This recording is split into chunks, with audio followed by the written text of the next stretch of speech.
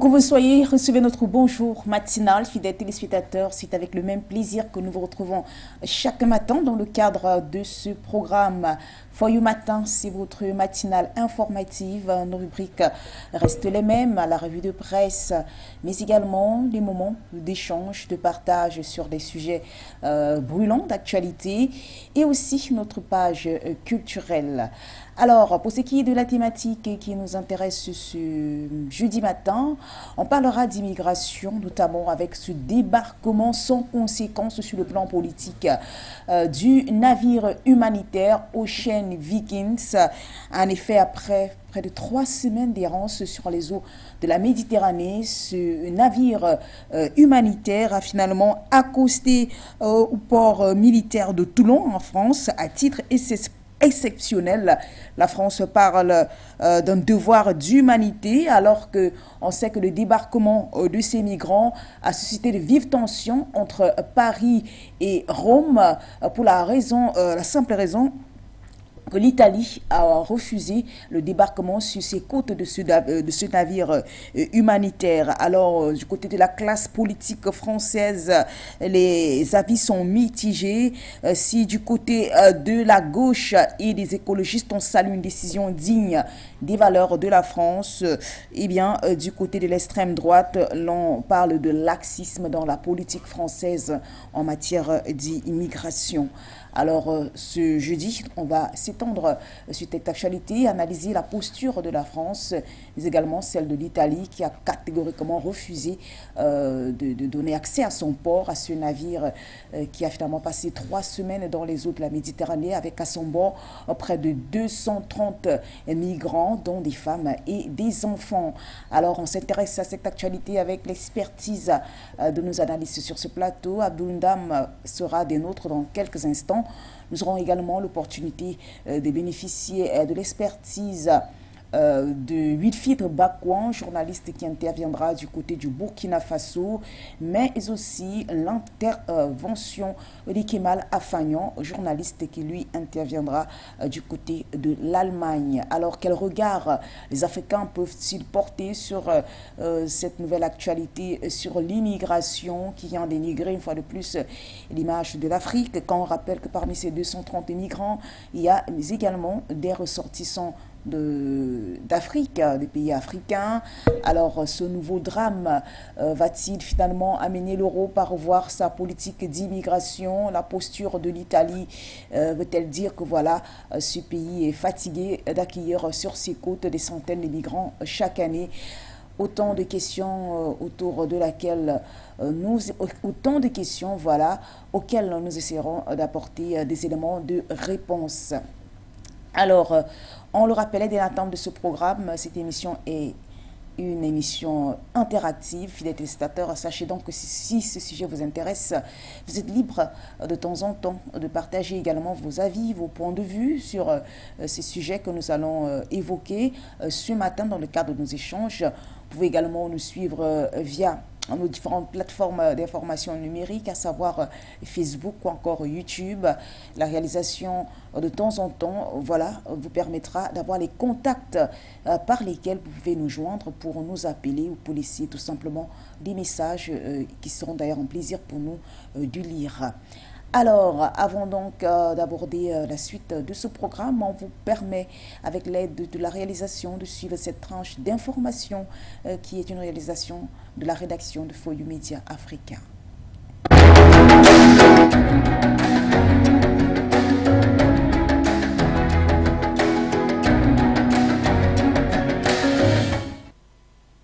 Dans le cadre de la 9e session de la Grande Commission mixte de coopération Guinée-Mali, du 15 au 17 novembre 2022, une importante délégation ministérielle malienne, composée de membres du gouvernement, d'experts nationaux et du patronat, effectue sous la houlette d'Abdoulaye Diop une mission à Conakry afin de raffermir la coopération Guinée-Mali.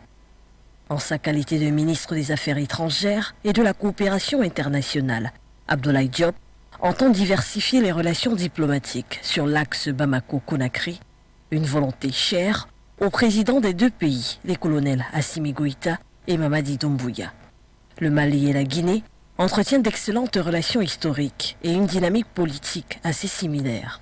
Eu égard à tout cela, cette rencontre a pour objectif de passer en revue plusieurs domaines de coopération prioritaires et de procéder à la signature d'accords dans les domaines de la justice, la santé, les mines, l'énergie, le développement rural, la sécurité et le commerce.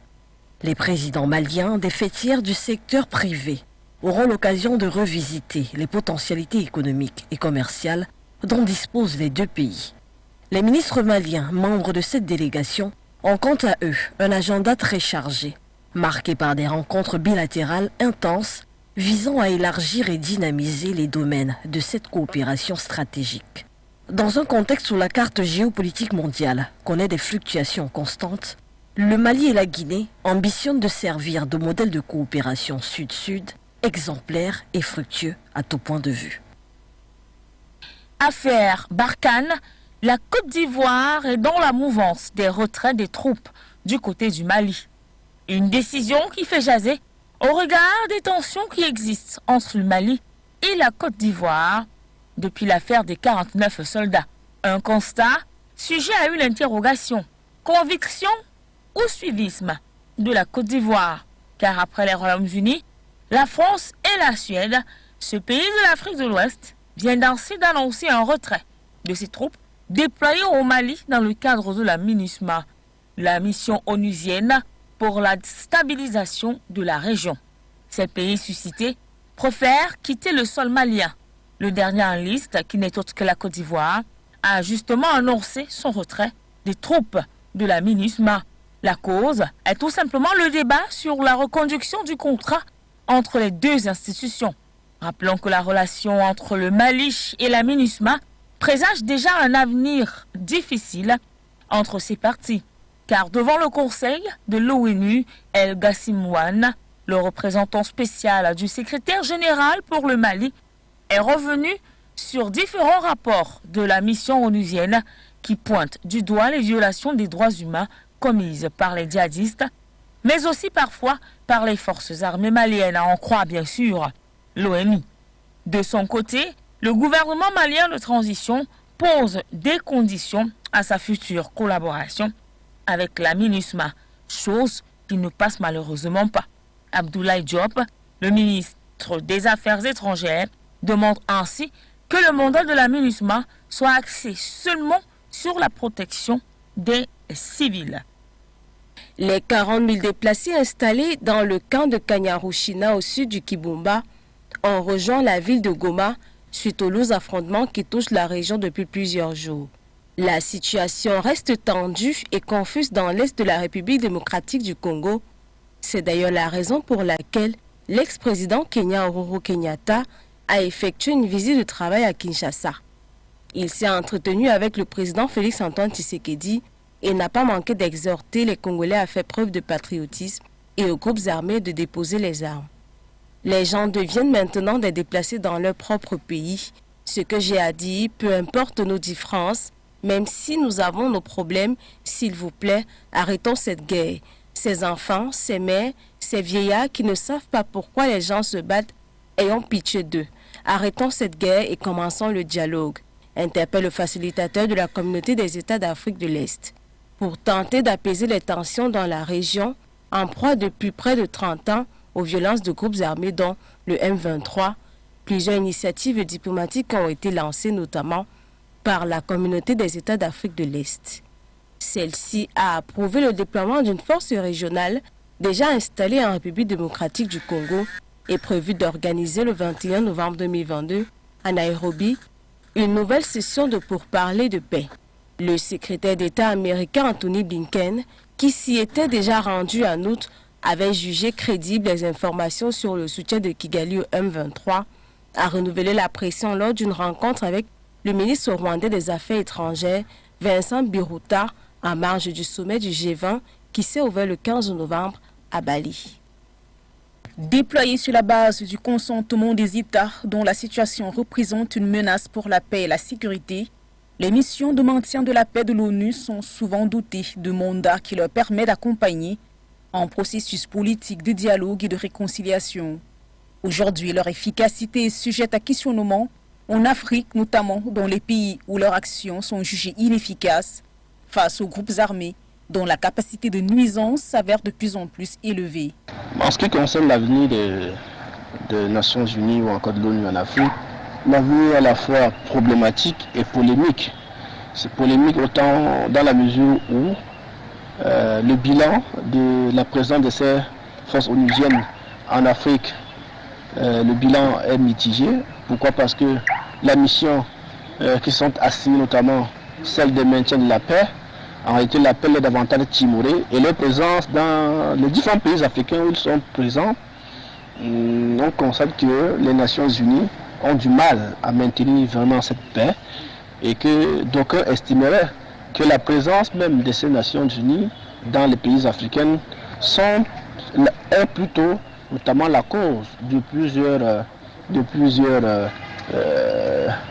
déstabilisations, encore mieux d'instabilité, voilà le mot, d'instabilité dans les pays africains. Au Mali, où ils sont perçus comme une force d'occupation, les casques bleus ne sont plus en odeur de sainteté auprès des autorités de transition qui se tournent désormais vers de nouveaux partenariats, à l'exemple de celui noué avec le groupe paramilitaire russe Wagner pour un accompagnement dans la lutte antiterroriste. En RCA, même si le mandat de la MINUSCA a été renouvelé pour 1 an par le Conseil de sécurité, le départ des soldats onusiens a plusieurs fois été revendiqué par des acteurs de la société civile qui doutent de leur capacité à ramener la paix dans le pays.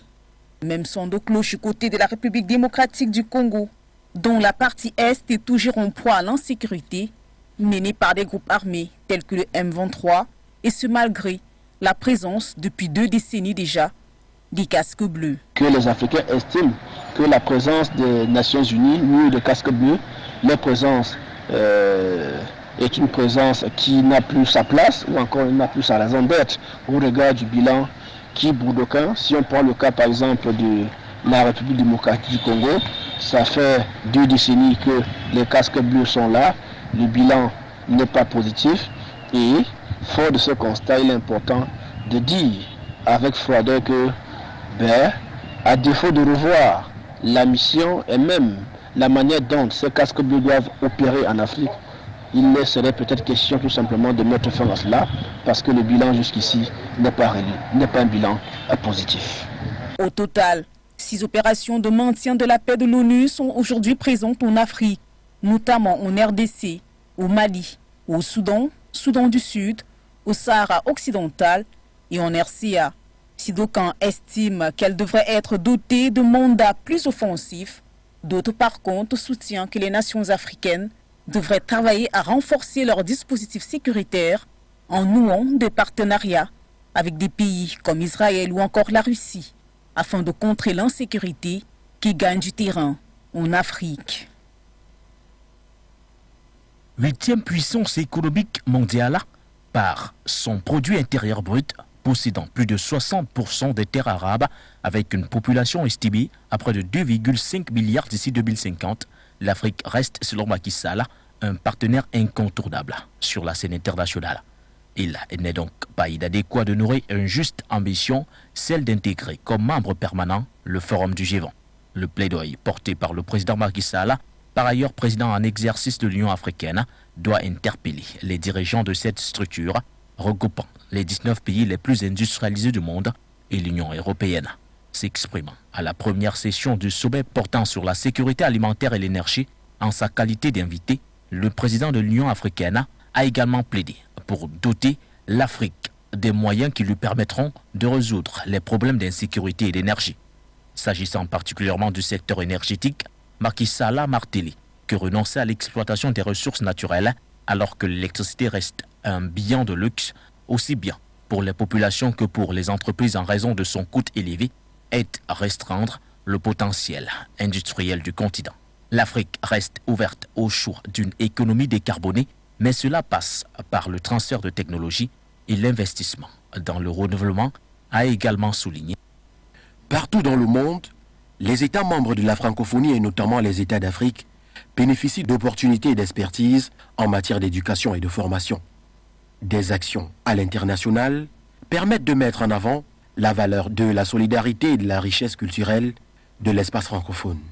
La jeunesse qui constituera dans les prochains jours probablement une priorité fondamentale de la francophonie lorsqu'on réalise que d'ici 2060, plus de 700 millions d'êtres humains vivront dans les pays francophones. Les 3/4 d'entre eux auront moins de 30 ans et vivront en Afrique. Pour ce 18e sommet qui aura lieu en Tunisie, plus précisément à Djerba, aura pour enjeu 3 grands aspects, à savoir le développement économique, le développement social et le développement culturel à travers ces différents programmes. De même, il sera question pour les pays francophones de mettre sur la table les problèmes auxquels font face ces pays membres de la francophonie. Dans le cadre de cette édition, l'Organisation internationale de la francophonie organise un forum économique francophone qui associera les principaux acteurs de la francophonie économique, les partenaires et les entreprises francophones. La secrétaire générale de la francophonie, Louise Moussikiwago, a ainsi appelé à mettre en œuvre des actions d'envergure visant à développer l'environnement des affaires dans l'espace francophone qui représente aujourd'hui 16% des PIB mondial pour environ 800 millions d'habitants. De par son histoire et sa langue, l'espace francophone constitue un espace de relations économiques et commerciales privilégié. La prise de conscience du poids de l'espace économique francophone est réelle ces dernières années, sauf que les patronats francophones n'avaient pas eu de réseau structuré. Depuis le dernier sommet de la francophonie qui a eu lieu à Yerevan, en Arménie, les 11 et les 12 octobre 2018, aucun autre sommet n'a pu se tenir en raison de la pandémie Covid-19. Le sommet de Djerba marque ainsi le début de la présidence tunisienne de la francophonie par le président de la République, Kais Saied, pour les 2 prochaines années. Je voudrais déclarer ouvert le séminaire de renforcement du dialogue politique sur la SDSR dans la région africaine. Face aux difficultés portant sur la santé sexuelle, mais surtout la faible offre en matière de santé de reproduction dont font face certains pays africains, l'Organisation mondiale de la santé, avec le concours de ses partenaires régionaux et nationaux, a engagé depuis quelque temps des ateliers sous-régionaux dont le but est de plaider pour une meilleure politique en matière de santé sexuelle et reproductrice. C'est dans cette lancée que le dévolu s'est jeté sur Douala au Cameroun pour abriter la 3e rencontre sur le renforcement du dialogue politique en matière de santé sexuelle et reproductive et ses droits connexes. Nous sommes effectivement à Douala pour l'ouverture d'un atelier régional et l'objectif de cette réunion c'est de renforcer les capacités au niveau national dans le plaidoyer et le dialogue politique en faveur de la santé, de la reproduction, la santé sexuelle et les droits sexuels. C'est une série de formations qui ont déjà eu lieu dans d'autres pays depuis 2017, 2019, 2021. Et celle-ci, c'est la 3e cohorte de pays qui sont formés dans ce sens. Et l'objectif, c'est réellement, comme je le disais, le plaidoyer et le dialogue politique pour un appui plus important des services de santé de la reproduction dans nos pays. Et l'objectif ultime, bien entendu, c'est d'accélérer l'accès aux services de qualité aux femmes, aux enfants, aux adolescents. Vous savez, je vous donne un exemple. Et avec un taux de planification qui est de 20% au Cameroun et moins de 30% à l'échelle africaine, il était plus que temps que l'OMS et les pays africains puissent réfléchir de commun accord. Il était temps aussi que les pays se mettent ensemble pour avoir une approche commune. Le monde étant aujourd'hui un village planétaire, il est question de pouvoir mettre tous nos pays un peu sur la même longueur d'onde et pouvoir effectivement mettre des mesures de réponse à ces problèmes qui soient communes. Toutefois, il est important de souligner que l'Afrique fait face à de nombreux défis. Ici en Afrique, nous avons un grand défi. La mortalité maternelle est encore très élevée. Et nous avons fait des progrès, certes, parce qu'entre 2000 et 2017, l'Afrique en général a réduit sa mortalité maternelle d'environ 40%. Mais on est encore très loin des objectifs de développement durable de 2030. L'Afrique doit baisser sa mortalité maternelle à moins de 70 décès maternelle pour 100 000 naissances vivantes. Et la moyenne africaine actuelle, c'est à 542 décès maternels pour 100 000 naissances vivantes. Donc on doit vraiment dialoguer, renforcer le plaidoyer pour accélérer et y arriver ensemble. Je voudrais aussi dire que l'Afrique a aussi un grand défi en matière de santé de la reproduction.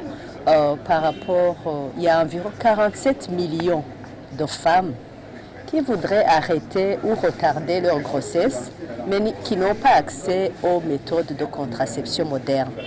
Tout y compris aussi les problèmes multiples des adolescents qui ne sont pas tout le temps connus ou écoutés.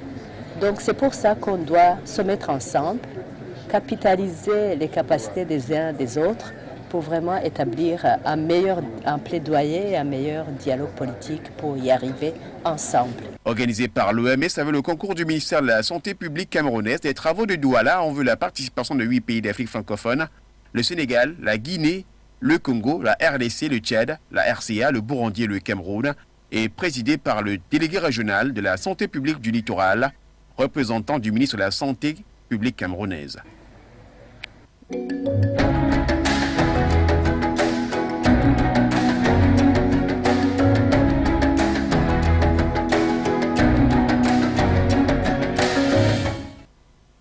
Voilà, donc pour ce qui est de la tranche d'information que nous vous posons dans le cadre de ce programme, on rappelle, fidèles téléspectateurs, si vous venez de nous rejoindre, que vous suivez For You Matin, votre matinale informative sur votre chaîne panafricaine d'information For You Media Africa. Alors, on rappelle donc nos rubriques, la revue de presse, mais également les moments d'échange sur des faits d'actualité brûlantes et la culture. Pour ce qui est de la thématique qui nous intéresse ce jeudi matin, on parle de ce navire humanitaire de l'ONG SOS Méditerranée qui finalement a accosté au port militaire de Toulon en France à titre exceptionnel, comme le signalent d'ailleurs les autorités françaises. Un débarquement qui n'est pas sans conséquences car aujourd'hui l'Italie et la France sont en train de connaître de vives tensions dans leurs relations.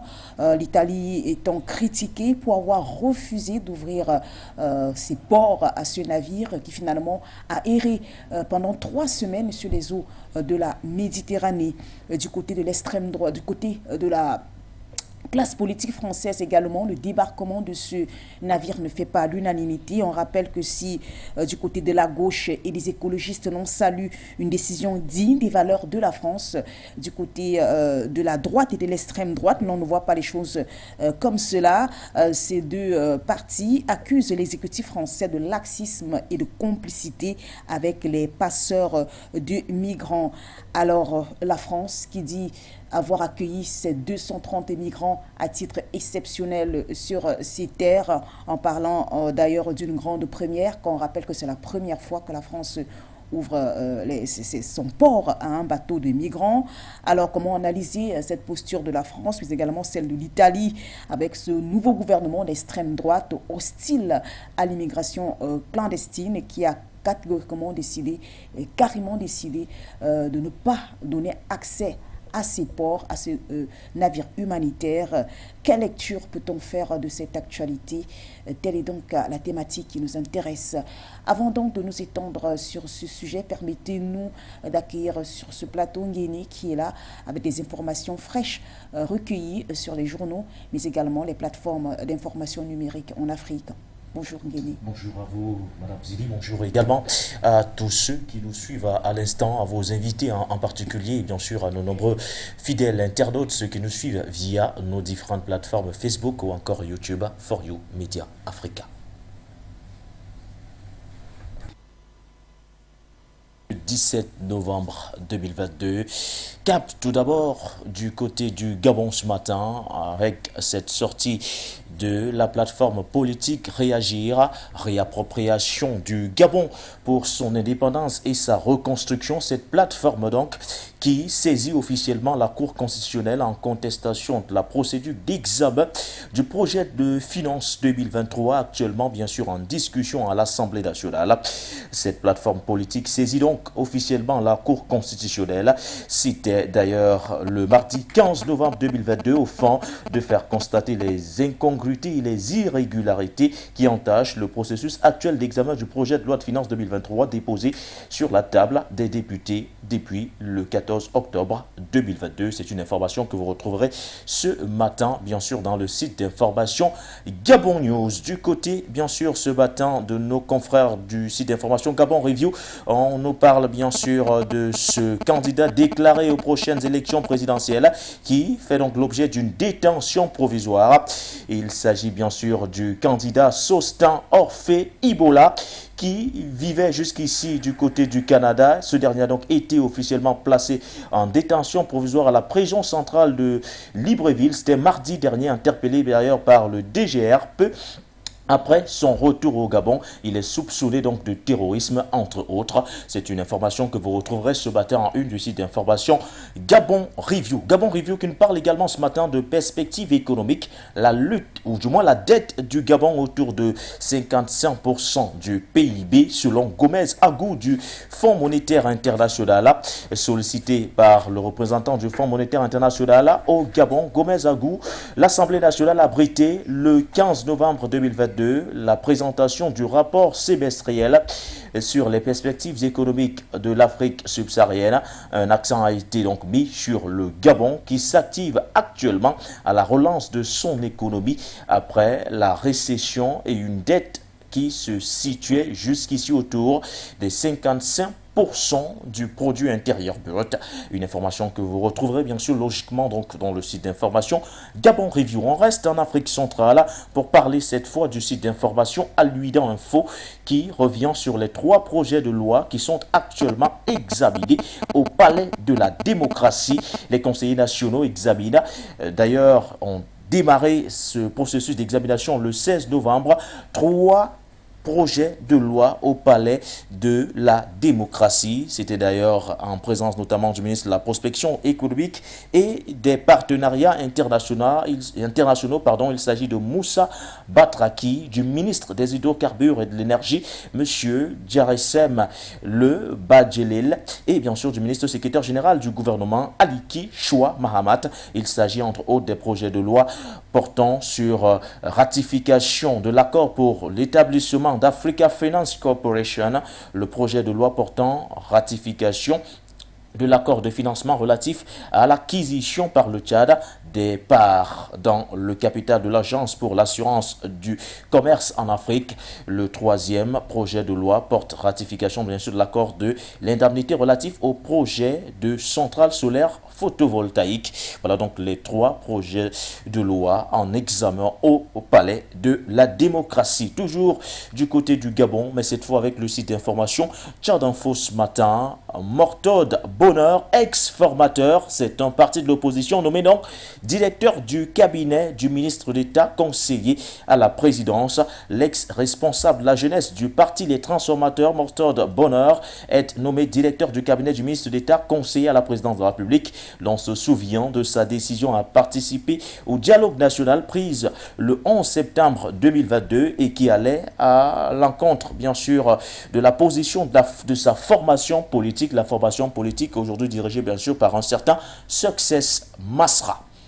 Du côté de la République démocratique du Congo, nos confrères du site d'information Radio Okapi ce matin nous parlent des projets de loi sur l'impôt et la taxation jugés donc recevable. L'Assemblée nationale a jugé le mardi 15 novembre 2022 recevable les projets de loi portant l'impôt sur les sociétés et le revenu des personnes physiques et celui portant réforme des procédures fiscales. Ces 2 textes ont été envoyés à la commission ECOFIN de la Chambre basse du Parlement pour toilettage et devront entrer en vigueur en 2024.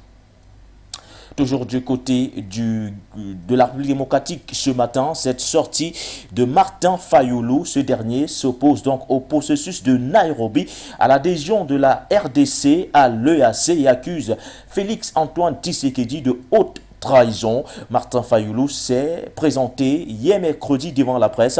Il s'est exprimé sur les affrontements entre les FARD, les forces armées de la République démocratique du Congo, et le mouvement du 23 mars, ainsi que sur le processus politique pour résoudre ce conflit. C'est un tableau sombre qu'a donc présenté le président de l'ECID et de l'AMOCA. Ces derniers s'est d'ailleurs exprimé en ces termes, je cite, « La situation que traverse notre pays en ce moment est un peu plus grave. Il y a péril en la demeure et si nous ne prenons pas garde, nous risquons d'être les derniers Congolais à avoir vécu en République démocratique du Congo dans ses frontières actuelles. » Fin de citation. La conférence de presse donc, ou du moins les propos tenus par Martin Fayulu hier face aux hommes de médias, est à retrouver ce matin dans le site d'information Actualité Hebdo. Toujours du côté, bien sûr, de la République démocratique du Congo, ce matin, nos confrères de Radio Okapi reviennent sur la situation qui prévaut du côté du Nord Kivu. Retour des déplacés du Rutshuru au site de Kayanchurinya. Ce matin, selon nos confrères, de nombreux déplacés du Rutshuru ont regagné hier mercredi 16 novembre 2022 le site de Kayanchurinya, un jour après l'avoir déserté à la suite des rumeurs sur l'avancée des rebelles du M23. Selon, bien sûr, nos confrères ce matin, pour le moment, les hommes déplacés s'attellent à refaire leurs différents abris après avoir bien sûr emporté leur bâche lors de la fuite. Au Cameroun, nos confrères du quotidien gouvernemental Cameroun Tribune ce matin nous parlent des abus sur les enfants, une allure inquiétante. Des chiffres de plus en plus alarmants montrent que les enfants continuent d'être les victimes de la perversité des adultes, souvent dans leur entourage immédiat, famille, église, école, etc. Des prédateurs qui leur infligent toutes sortes de violences, châtiments corporels dégradants, abus sexuels, exploitation. Comment briser cette spirale? Le focus de la rédaction est ouvert ce matin dans Cameroun Tribune de la page 19 à la page 21. Le quotidien Émergence de son côté nous parle ce matin de la détention arbitraire des prisonniers politiques, passe d'armes entre l'ONU et Yaoundé. Le quotidien Mutation de son côté titre en santé Cameroun, Covid-19, vaccino-sceptique.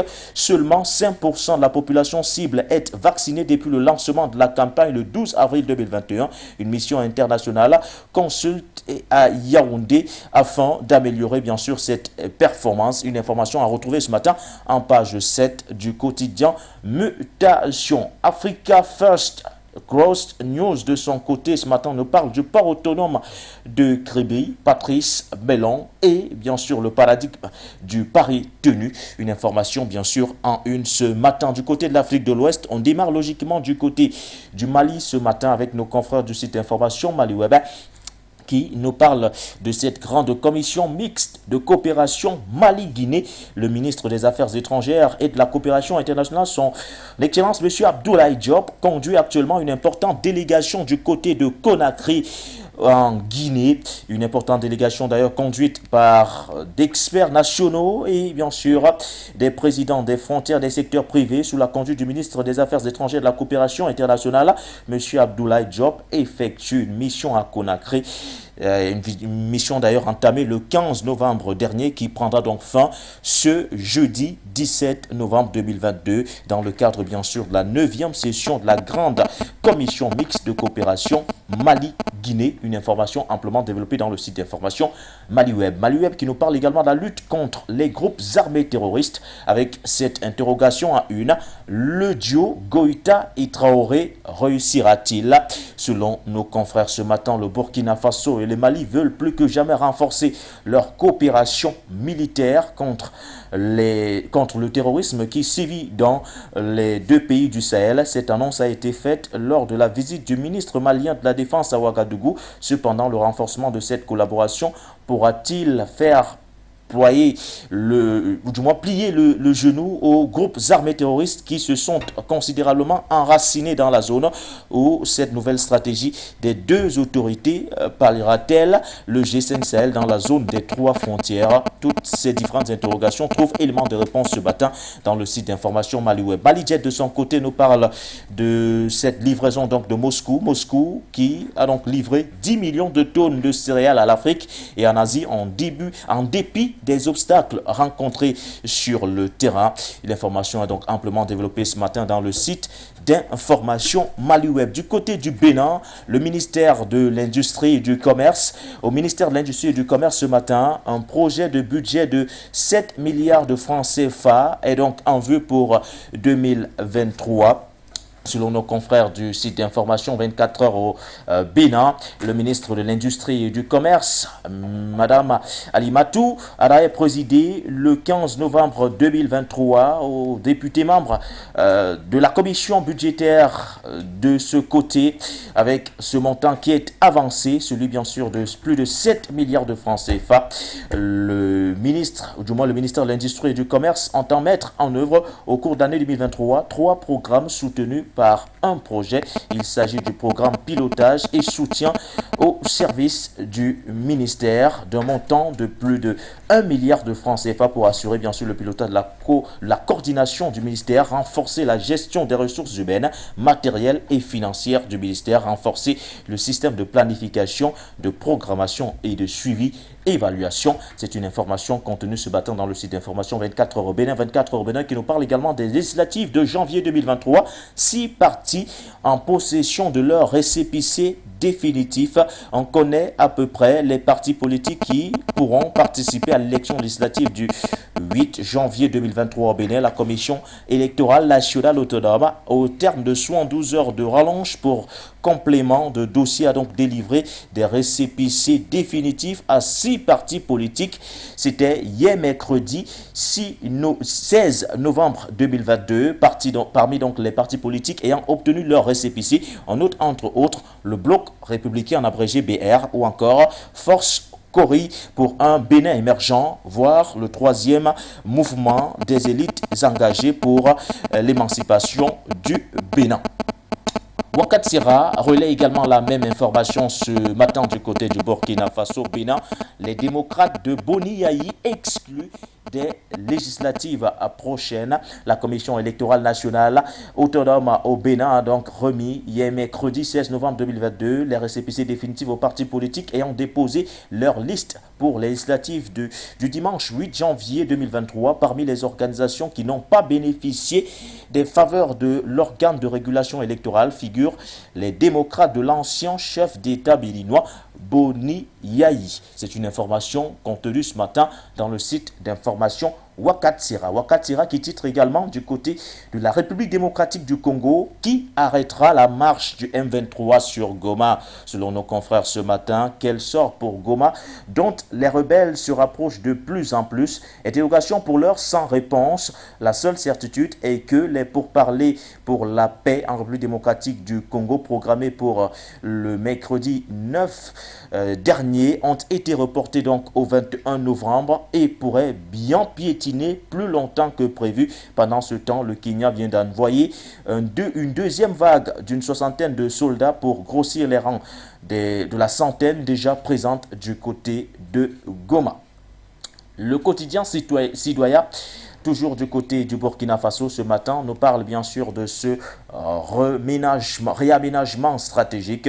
Selon nos confrères ce matin, dans son ambition de conquérir le territoire national, dont plus de 40% seraient occupés par les groupes armés, le président de la transition, le capitaine Ibrahim Traoré, a pris des mesures significatives pour réorganiser les forces armées nationales. Le chef de l'État, chef suprême des armées, a donc décidé d'augmenter le nombre de régions militaires de 3 à 6, en plus bien sûr de Kayo, Bobo Dioulasso ou encore Ouagadougou, Dori, Dédoudou ou encore Fada abritent désormais des régions militaires. Voilà, c'est sur cette information relayée ce matin par nos confrères du site d'information, le quotidien citoyen du côté du Burkina Faso, que nous mettons un terme bien sûr à cette revue de presse, la 4e livraison de la semaine. Bonne émission à vous, aux côtés bien sûr de Zili et de ses invités sur ce plateau. De presse Alors, fidèles téléspectateurs, si vous venez de nous rejoindre, soyez les bienvenus déjà et sachez que vous suivez la matinale informative de votre chaîne d'information panafricaine, For You Media Africa. Après donc la revue de presse présentée par Guinée, place à nos moments d'échange avec Abdoundam qui nous a rejoint sur ce plateau. Il sera accompagné ce matin de Wilfried Bakwan, journaliste burkinabé qui interviendra depuis Ouagadougou. Nous aurons également l'avis ou encore le commentaire de Kemal Afagnon, journaliste béninois qui se trouve du côté de l'Allemagne, donnera son opinion sur cette thématique qui nous intéresse ce jeudi matin, notamment celle relative à ce problème d'immigration qui fait une fois de plus parler du côté de l'Europe, à savoir le débarquement du navire humanitaire Ocean Vikings qui appartient à l'ONG SOS Méditerranée. Alors, vendredi dernier, pour la première fois de son histoire, la France a accueilli sur ses côtes un bateau ou encore un navire transportant des migrants. C'était notamment le 11 novembre au port militaire de Toulon. Au total, ils sont près de 230 migrants à avoir donc débarqué sur les côtes françaises. Encore une information, une actualité qui n'est pas sans conséquence car aujourd'hui elle suscite de vives tensions entre la France et l'Italie. L'Italie ayant refusé catégoriquement d'ouvrir ses ports à ce bateau de migrants qui finalement a fait 3 semaines en mer. Alors la France ne veut pas en rester là. Elle s'est dit obligée d'ouvrir ses portes à ce bateau d'immigrants, ceci par un devoir d'humanité. On revient également sur la polémique que ces décisions prises par Emmanuel Macron suscitent au sein de la classe politique française, avec notamment d'un côté la droite et l'extrême droite qui accusent l'exécutif français de laxisme et de complicité avec les passeurs, et de l'autre côté la gauche ou encore les écologistes, où on salue une décision qui est digne des valeurs humanitaires de la France. Alors, Abdoundam, vous avez rejoint sur ce plateau. Bonjour. Oui, bonjour Danzeli. Bonjour à nos milliers de téléspectateurs et téléinternautes. Bonjour également au top management de For You Media, sans toutefois oublier nos techniciens qui sont au four au moulin afin que nous soyons toujours visibles mais aussi audibles. C'est un plaisir renouvelé d'être là ce matin pour parler d'une thématique qui est quand même suscite beaucoup d'interrogations, parce que la question immigratoire est une question qui engage à la fois les pays africains mais aussi les pays occidentaux. Et je crois qu'une thématique d'envergure nous permet davantage de faire l'autopsie à l'effet de dégager les responsabilités et peut-être proposer des solutions qui peuvent permettre à ce que, à défaut de mettre fin à cette pratique, qu'on puisse essayer de limiter cela. Et je profite de l'occasion pour saluer mon co-panéliste que vous aurez le plaisir de présenter. Ok, alors en attendant donc que Wilfried soit connecté du côté de Ouagadougou, on rappelle qu'après 3 semaines d'errance dans les eaux de la Méditerranée à la recherche vaine d'un port en Italie, le bateau humanitaire Ocean Vikings, un bateau ambulance affrété par l'ONG SOS Méditerranée, a donc finalement accosté à Toulon. Et selon la France, il s'agit d'un débarquement à titre exceptionnel autant pour moi, et ceci en vertu d'un devoir d'humanité. Tels sont là les propos du ministre français de l'Intérieur, Gérard Darmanin. Alors, Abdoundam, la France qui dit avoir accueilli ces immigrés sur son port à titre exceptionnel, et parle d'ailleurs là d'un devoir d'humanité. Quelle analyse faites-vous de cette déclaration du ministre français des Affaires intérieures? D'abord, c'est une déclaration normale, parce qu'en réalité, au regard de l'actualité qui se passe du côté de l'Europe, et bien entendu de la France, l'Italie et la Grande-Bretagne, je crois que ces pays-là sont en train de prendre des mesures drastiques pour pouvoir limiter la présence des migrants dans leur territoire. Je crois que par définition, on n'entend pas immigration, et dans le cas d'espèce, c'est l'immigration clandestine. L'immigration clandestine, c'est le fait, bien entendu, pour des individus, c'est le fait pour les individus, bien entendu, d'accéder à un territoire qui ne sont pas les leurs, ou encore à certains individus d'accéder aux territoires qui ne sont pas les leurs de manière sans remplir les conditions y afférentes, notamment avoir un passeport, avoir le visa. Et je crois que c'est dans cette catégorie-là qu'on peut ranger ceux-là qui ont accosté du côté du port au niveau de la France. Et parce qu'ils n'ont pas respecté les usages et les règles, la réglementation en vigueur en ce qui concerne le voyage d'un pays à un autre, il est question qu'on puisse les attribuer cette attitude qualificative. Mais vous voyez que dans ce genre de pratique, il y a une forme de discrimination dans la qualification des individus qui en réalité se trouvent dans des territoires qui ne sont pas les leurs. Je vous prends un exemple. Lorsque un occidental ou encore un Européen est en Afrique et sans remplir ces conditions, on l'appelle tout simplement un expatrié. Vous voyez que l'expression devient davantage élégante. Mais lorsqu'il s'agit d'un Noir, d'un Africain qui migre vers l'Europe de l'Occident, vous voyez que les qualificatifs ou encore la qualification est péjorative. C'est important d'évacuer cela. Donc, pour vous dire, pour ce qui se passe en France, la raison motivée est la question humanitaire. Mais je crois que c'est une fuite en avance. Pourquoi? Parce que si la France est tellement humanitaire que ça, elle devait éviter cela en amont. Notamment, on sait pertinemment pourquoi est-ce que la crue de l'effectif de l'immigration clandestine est en train d'atteindre une proportion qu'on ne maîtrise plus. C'est parce qu'en réalité, certains pays occidentaux se permettent de créer de l'instabilité dans les pays africains. Et c'est la conséquence de cette instabilité-là qui suscite à ce que des jeunes qui n'ont plus de quoi vivre, qui n'ont plus un avenir certain, décident d'aller chercher mieux ailleurs.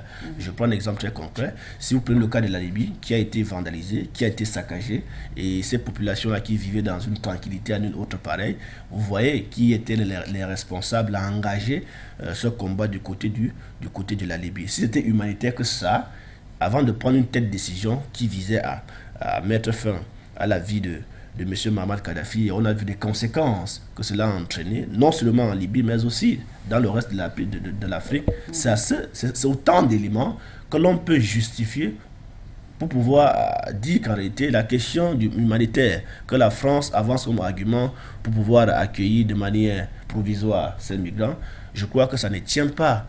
Et vous êtes sans ignorer également qu'il y a des questions également en amont, des raisons en amont telles que la pauvreté. Les pays africains sont davantage appauvris parce que les ressources naturelles dont disposent les pays africains ils n'exploitent pas ça, parce que s'ils exploitaient cela, on devait résoudre le problème du chômage. Parce que plus on crée des industries, plus on met sur pied des industries, forcément cela génère des emplois. Parce que cela génère des emplois, l'envie d'aller ailleurs sera davantage diminuée. Donc je crois que voici la question, voici le nœud du problème où il faut attaquer, au lieu de s'attarder sur des conséquences générées par un acte qu'on a préalablement posé en amont. Donc, pour vous dire qu'en réalité, la question humanitaire qu'évoque le ministre français est une raison qui semble tenir, mais sans tenir. Alors, on le rappelle également, Abdoul Ndam, que le débarquement de ces 230 migrants crée des tensions aussi entre la France et l'Italie, puisque la France a certes accepté d'accueillir, ou encore pas forcément d'accueillir, mais de laisser ces migrants débarquer sur son port, à savoir le port militaire de Toulon. Mais la France a précisé que voilà, elle a annoncé des mesures de rétorsion envers Rome qui a catégoriquement refusé de donner accès à ces ports, à ce bateau de migrants. Alors, comment analyser cette posture de la France, puisque du côté de l'Italie, on dénonce une réaction française agressive, incompréhensive et injustifiée? Non, justement parce que il y a quand même une tension qui se passe entre la France et l'Italie au niveau de la gestion de l'arrivée de la vague de migrants. Et les deux pays s'auto-accusent. Mais est-ce que l'Italie n'est pas débordée aujourd'hui? Je vais y arriver pour démontrer que le pays qui semble en Europe être clément dans sa capacité à recevoir les migrants, c'est bien entendu l'Italie. C'est l'Italie qui reçoit autant de migrants parce que l'Italie se positionne d'ailleurs comme un pays de transit de migrants. Tous arrivent par là et chacun décide de prendre sa destination, soit pour la France, l'Espagne, la Grande-Bretagne, l'Allemagne et j'en passe. Pour vous dire que l'Italie, d'une manière ou d'une autre, a raison de durcir cela. Voilà pourquoi l'Italie a quand même pénalisé l'immigration clandestine en Italie. C'est pénalisé.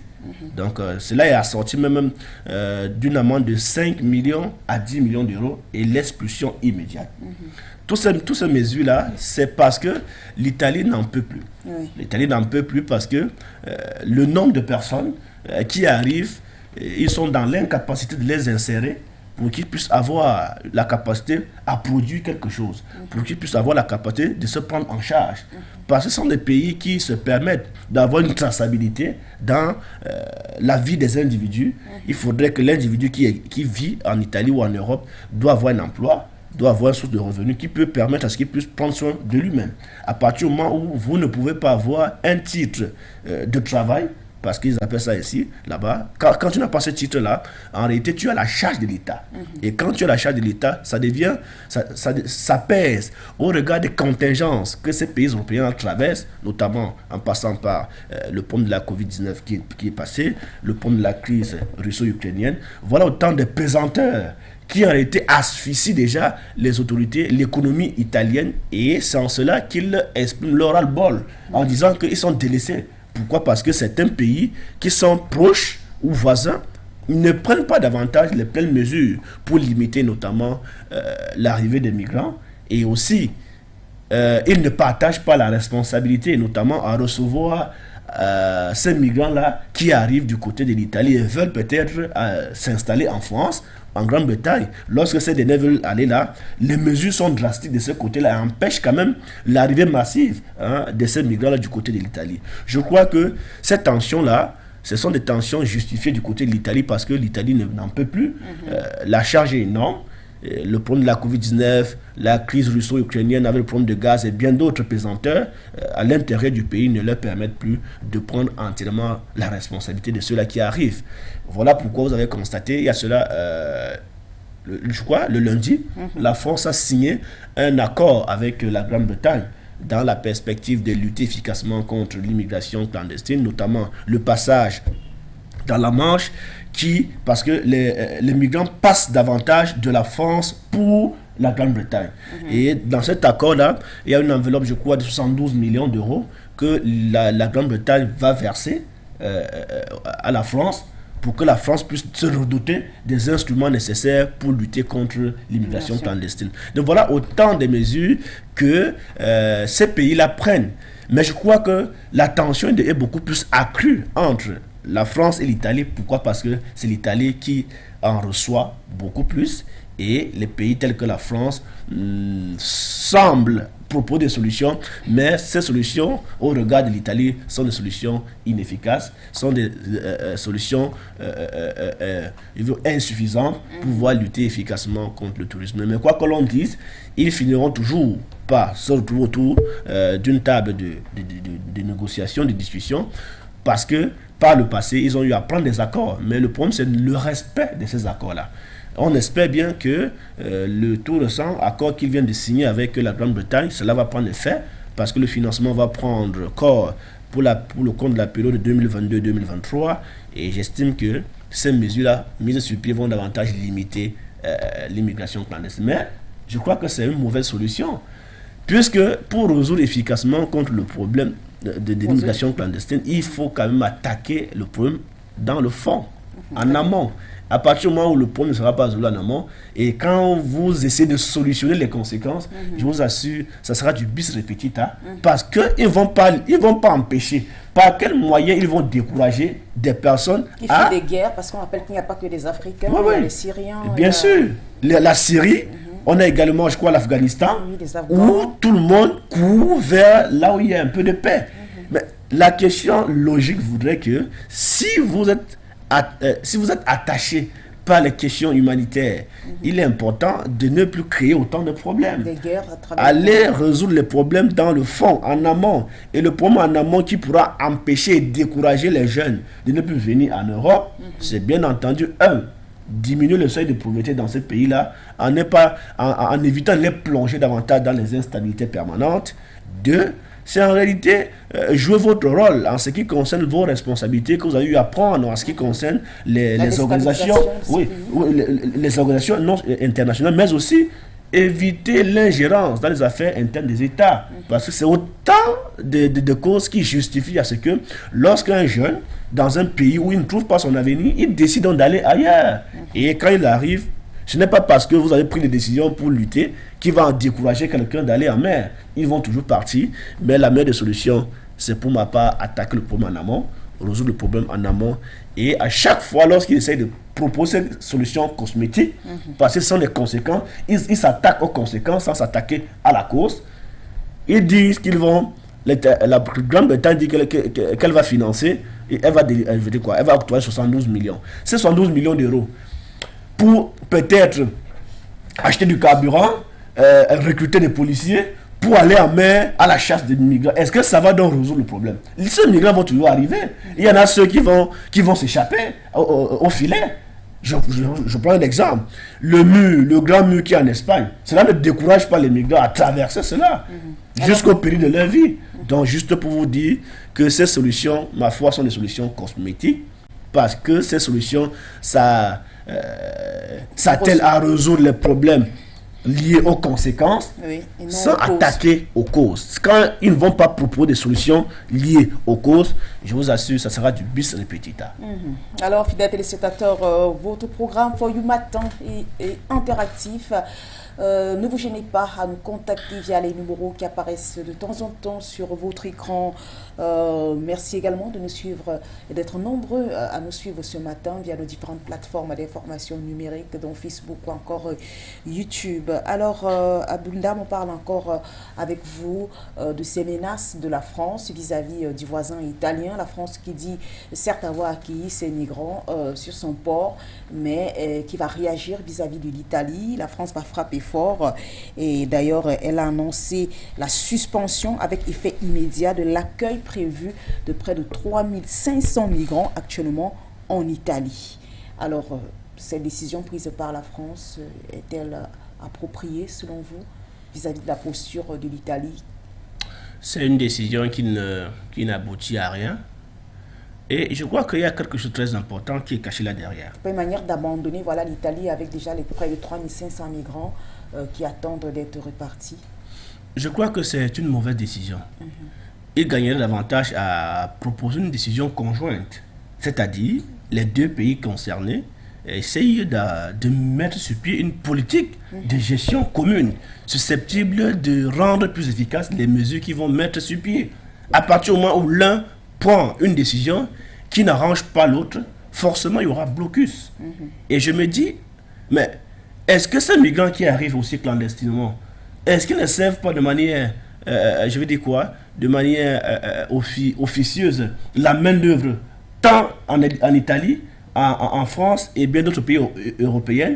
Je tiens à vous rappeler que ces migrants-là qui arrivent, ils travaillent, même comme officiellement ils n'ont pas de documents qui certifient ou encore qui attestent leur présence dans ces pays-là, ils travaillent. C'est-à-dire qu'ils contribuent donc à l'amélioration du PIB de ces pays-là. Je prends par exemple les métiers tels que les petits jobs, l'aide-maçon et bien d'autres petits métiers que ces migrants-là font. Ils boostent quand même l'économie européenne.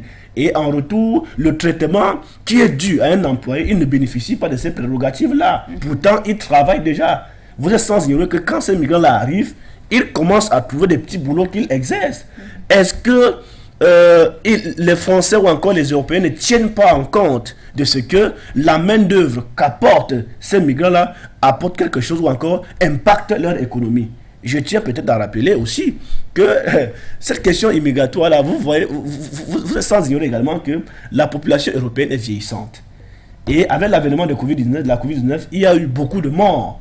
Beaucoup de personnes âgées qui sont décédées du côté de ces pays-là. Et aujourd'hui, ils sont dans la recherche d'une main-d'œuvre susceptible de permettre à ce que certaines activités ne tombent pas. Voilà pourquoi les métiers tels que les métiers d'ouvriers sont davantage exercés par ces migrants-là. Et je crois que l'arrivée de ces migrants-là est une forme de combler le gap des personnes qui sont décédées en Europe parce qu'ils sont dans la recherche de la main-d'œuvre. Et en ce qui concerne le cas d'Italie, par exemple, vous savez que la population italienne est davantage vieillissante. Parce que cette population est davantage vieillissante, l'avènement de la COVID-19 a quand même emporté beaucoup d'entre eux. Et aujourd'hui, l'arrivée de ces migrants-là, même s'ils ne le disent pas de manière officielle, ces migrants-là impactent la vie économique de ces pays européens. Et si ce n'était pas le cas, ils ne devaient pas aussi les recevoir aussi comme ça. C'est parce qu'il y a aussi un profil là-dessus qu'ils quand même essayent de les accepter, même s'ils brandissent l'idée selon laquelle ils vont les expulser. Mais on se pose la question, combien de migrants sont expulsés et combien en restent? Parce qu'en réalité, ces migrants, une fois arrivés, ils sont jeunes, forts. D'aucuns d'entre eux sont quand même intellectuels, ils sont quand même des formations dans des domaines spécifiés, et quand bien même certains ne sont pas formés, ils sont quand même enrôlés dans les métiers d'ouvriers pour pouvoir impacter, propulser et faire avancer l'économie de ces pays-là. Donc je crois que c'est un sujet qui est ambivalent. Ambivalent parce que, certes, ils brandissent le caractère officiel de ce que ces personnes-là qui arrivent viennent quand même étouffer leur économie, viennent étouffer, bousculer leur budget, mais ce qu'ils ne disent pas assez, c'est que ces migrants-là jouent un rôle important dans l'amélioration des conditions de vie sur le plan économique, dans leur capacité à être recrutés comme des ouvriers dans des entreprises qui ont un déficit de la main-d'œuvre qualifiée. Alors que dire effectivement, que dire aussi de ce gouvernement d'extrême droite du côté de l'Italie, ce nouveau gouvernement avec sa politique d'immigration, au sujet de cette actualité? On a vu ce gouvernement ferme, camper sur sa décision malgré tous les SOS et appels faits ça et là pour que l'Italie puisse ouvrir son port à ce navire qui a fait près de 3 semaines quand même dans les eaux.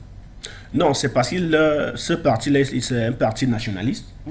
Et c'est un peu comme le parti de Marine Le Pen en France, où ils mettent le français, a priori, le français d'abord, la France d'abord, et ne veulent pas partager leur bien-être, leur commodité avec ceux qu'ils appellent les étrangers. Et dans le cas d'espèce, lorsque c'est bien entendu parce que ce parti arrive au pouvoir en Italie, que les mesures sont davantage dures et drastiques. Est-ce qu'effectivement ce n'est pas à cause de ce problème d'immigration que finalement ce parti d'extrême droite du côté de l'Italie a fini par être plébiscité? Je crois que la question d'immigration n'est pas née à leur arrivée au pouvoir. C'est bien évidemment parce que c'est un parti qui a quand même son idéologie. Je veux dire que ce n'est pas effectivement cette idéologie-là, hostile à l'immigration. Bien entendu, c'est cette idéologie-là. A eu raison. Oui, qui durcit, et c'est parce qu'ils ont une idéologie qui est contraire à l'acceptation des personnes qui viennent d'ailleurs et privilégient d'abord les nationaux. Et ils estiment que quand des personnes qui ne sont pas leurs frères arrivent, c'est peut-être pour prendre leur place. Et parce qu'ils sont nationalistes, ils sont égoïstes, je veux le dire, permettez-moi l'expression, voilà pourquoi ils ont mis sur pied ces mesures drastiques pour quand même décourager et rendre la vie plus dure et sévère à ces migrants qui vivent déjà du côté de l'Italie. Je crois que c'est bien entendu l'arrivée de ce parti-là, de l'extrême droite, qui vient durcir davantage la posture de l'Italie vis-à-vis des migrants. Pourquoi? Parce que c'est un parti qui est réfractaire aux étrangers. Et alors cette posture dure prise donc par l'extrême droite italienne, est-ce que cela ne montre-t-il pas aujourd'hui, cela n'interpelle-t-il pas aujourd'hui l'Europe sur l'urgence à mettre en place un mécanisme de répartition vraiment pérenne des migrants, puisqu'on sait que l'Italie jusqu'ici a souvent eu à payer le plus gros prix? Oui, je crois que l'Union européenne, ils ont quand même eu à siéger sur la question. Je crois que des résolutions ont été prises, mais malheureusement, au niveau de l'exécution et de la mise en œuvre, on voit que certains pays tirent le pas, on voit que certains pays ne s'impliquent pas totalement. Et voilà, tout dépend de l'enjeu, tout dépend de l'intérêt. Quand ça arrange la France, comme c'est le cas, et elle reçoit ou encore elle accueille provisoirement ces migrants à titre exceptionnel. On se pose la question, pourquoi maintenant ils peuvent le faire à titre exceptionnel et quelle est la suite? Donc je crois que c'est une question d'intérêt qui anime les États, même s'il y a une organisation qui les réunit. Force de constater que le naturel revient toujours au galop. Le naturel, c'est quoi? Chaque pays est mu par la volonté de la recherche de l'intérêt. À partir du moment où son intérêt est menacé, il peut se braquer. À partir du moment où il peut instrumentaliser ou profiter de quelque chose, il est flexible. Donc c'est dans cette ambivalence-là qu'on peut lire le comportement de ces pays-là concernés davantage par la question d'immigration clandestine, notamment l'Italie, la Grande-Bretagne et la France. L'Allemagne ne subit pas forcément cela, et bien d'autres pays européens. C'est parce que, bien entendu, l'Italie s'est toujours proposée hospitalier depuis toutes les années précédentes. Et l'Italie a été toujours un pays favorable. Elle a souvent cédé à la demande de ces ONG. Oui. Et bien entendu, l'Italie a toujours accueilli les migrants, avait même mis une politique qui procède à l'insertion déjà de ces migrants. Lorsque tu étais qualifié, déjà on t'enrôlait, on t'attribuait un titre de travail et tu commençais à travailler. Et même ceux qui n'avaient pas de la formation, on leur donnait la possibilité de se former. Et après cela, ils trouvaient de quoi faire. Mais c'est parce qu'il y a aussi un parti ou encore un régime qui arrive au pouvoir et que ce régime est davantage nationaliste et ne donne pas la chance aux étrangers. Voilà pourquoi les conditions de vie des immigrés en Italie deviennent davantage compliquées et les mesures sont davantage durci pour décourager notamment ceux-là qui veulent toujours arriver dans ce pays-là de manière clandestine. Je crois que ce qui est important de noter, c'est que ces pays-là, ils ont la solution ou des solutions, et c'est parce que l'Italie est quand même celui qui paye le lourd tribut, malheureusement. Je crois que ces grands-là vont peut-être interpeller leur père de s'impliquer totalement afin de juguler leurs efforts pour pouvoir limiter, voire même éradiquer ce phénomène. Je tiens à vous rappeler que éradiquer le phénomène de l'immigration clandestine n'est pas à l'ordre du jour. Ça ne sera pas possible, ce n'est pas évident. Ils vont faire avec. Ils vont peut-être proposer des solutions pour diminuer cela. Mais la lutte efficace, je reviens toujours, la lutte efficace contre l'immigration clandestine passe par quoi? Attaquer, proposer des solutions aux causes qui génèrent l'immigration clandestine.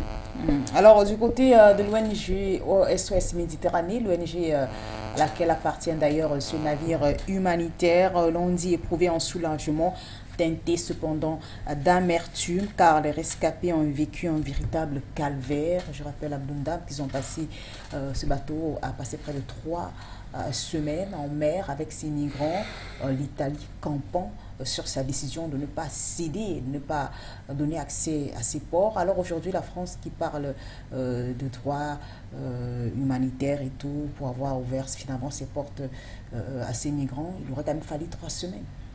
Oui, il a fallu 3 semaines. Et on se rappelle, je ne sais pas si c'est avec vous qu'on a traité cette actualité, qu'à un moment, même au sein du Parlement français, il y a des députés qui ont commencé à lever la voix pour demander au gouvernement d'agir quant à la situation dans laquelle ces personnes se retrouvaient en pleine mer avec les intempéries et autres.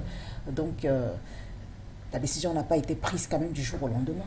Oui, parce que c'est un sujet aussi délicat.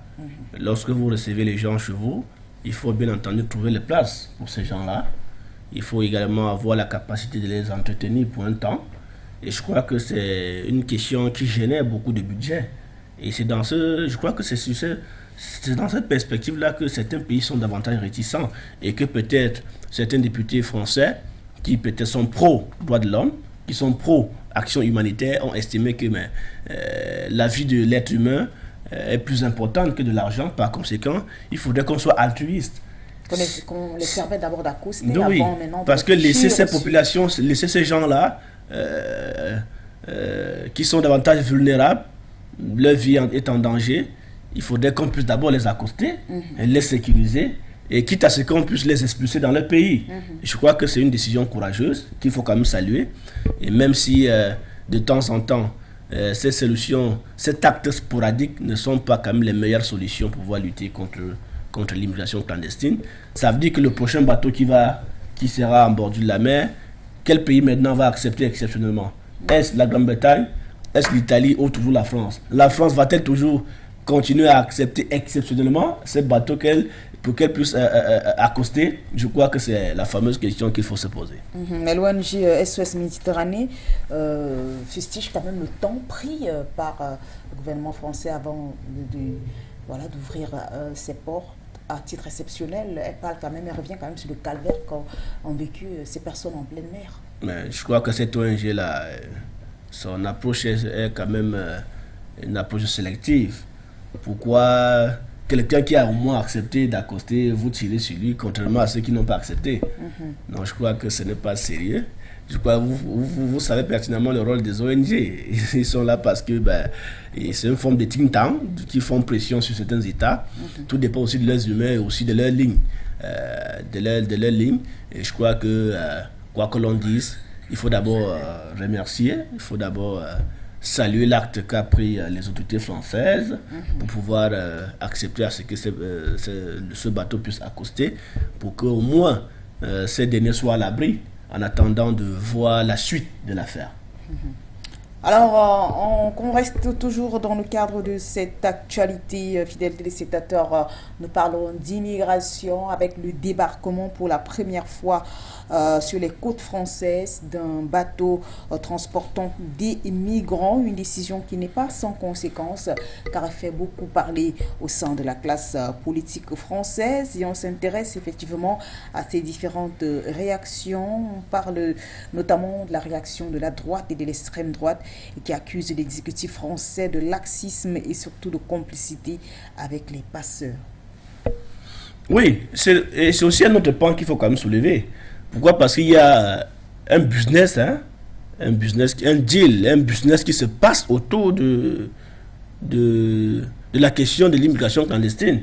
Et lorsque vous voyez peut-être le couloir, par exemple, le passage peut-être de la Libye, pour les pays tels que l'Algérie, le Maroc, et pour pouvoir transiter là, il y a des personnes qui ne vivent que et pas la question de l'immigration clandestine. Ils se font une fortune. Ça veut dire même que limiter, même combattre même la question de l'immigration, c'est s'attaquer à ces personnes-là qui ne vivent que de ça.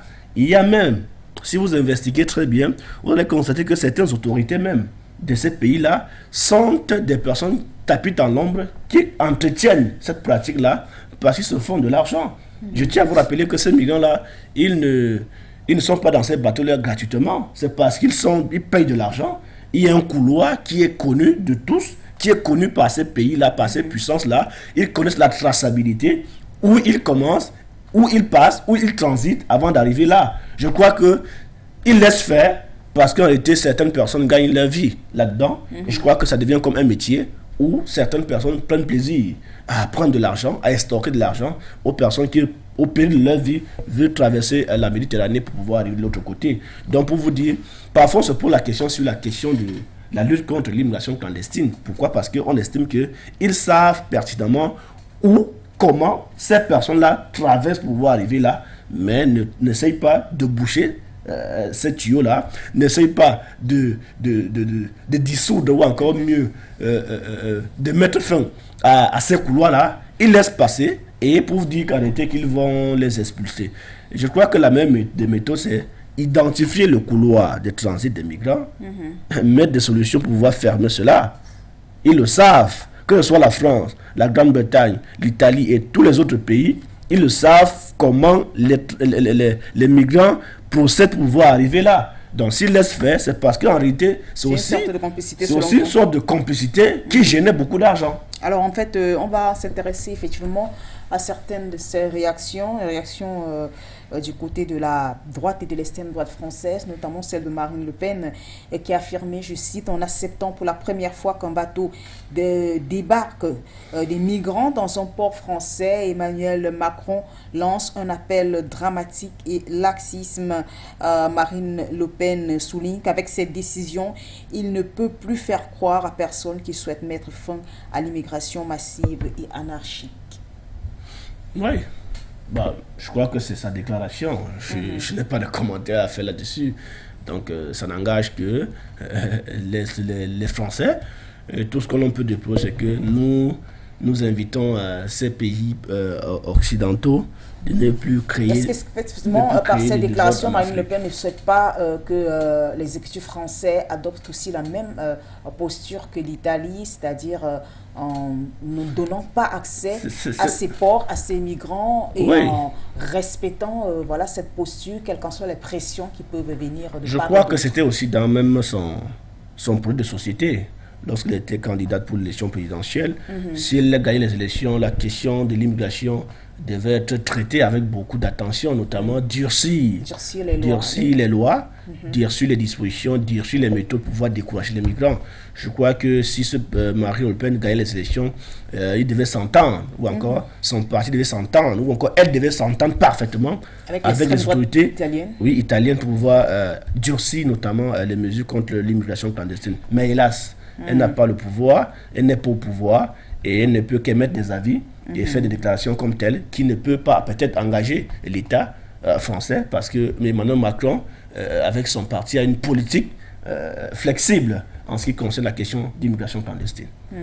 Alors une autre réaction effectivement qui va toujours dans le sens de Marine Le Pen, c'est celle du président RN Jordan Bardella, qui dans un communiqué a fait savoir que cet accord est un signal de laxisme envoyé à ceux qui, comme ces ONG, instrumentalisent la misère humaine pour faire avancer leur agenda en faveur d'une immigration massive et incontrôlée à destination du continent européen. Oui, c'est ça que j'ai évoqué tout à l'heure, que la question de l'immigration clandestine est une question qui a beaucoup de corollaires, dans la mesure où on peut évoquer d'une autre part la question même de l'instrumentalisation de l'immigration clandestine à des fins politiques, à des fins personnelles. Et je crois que cette déclaration s'inscrit dans cette logique-là, qu'il y a des personnes qui peuvent également instrumentaliser cela pour pouvoir avoir une bonne position et même avoir aussi de bons financements en ce qui concerne les Nations Unies qui traitent de ces questions-là. Posez-vous la question. Pourquoi la France, c'est peut-être parce que les autorités françaises ont essayé de mesurer le profil ou encore ce qui peut générer l'acceptation exceptionnelle et provisoire de ces migrants-là, parce que lorsque ces autorités les accueillent, la responsabilité exclusive de prendre charge de ces migrants-là n'incombe pas totalement à l'État. Il y a aussi une culpa que les Nations Unies et bien d'autres organisations accompagnent l'État pour que, notamment, il ne soit pas débordé. Je crois que dans cette ordre d'idée-là, vous verrez que...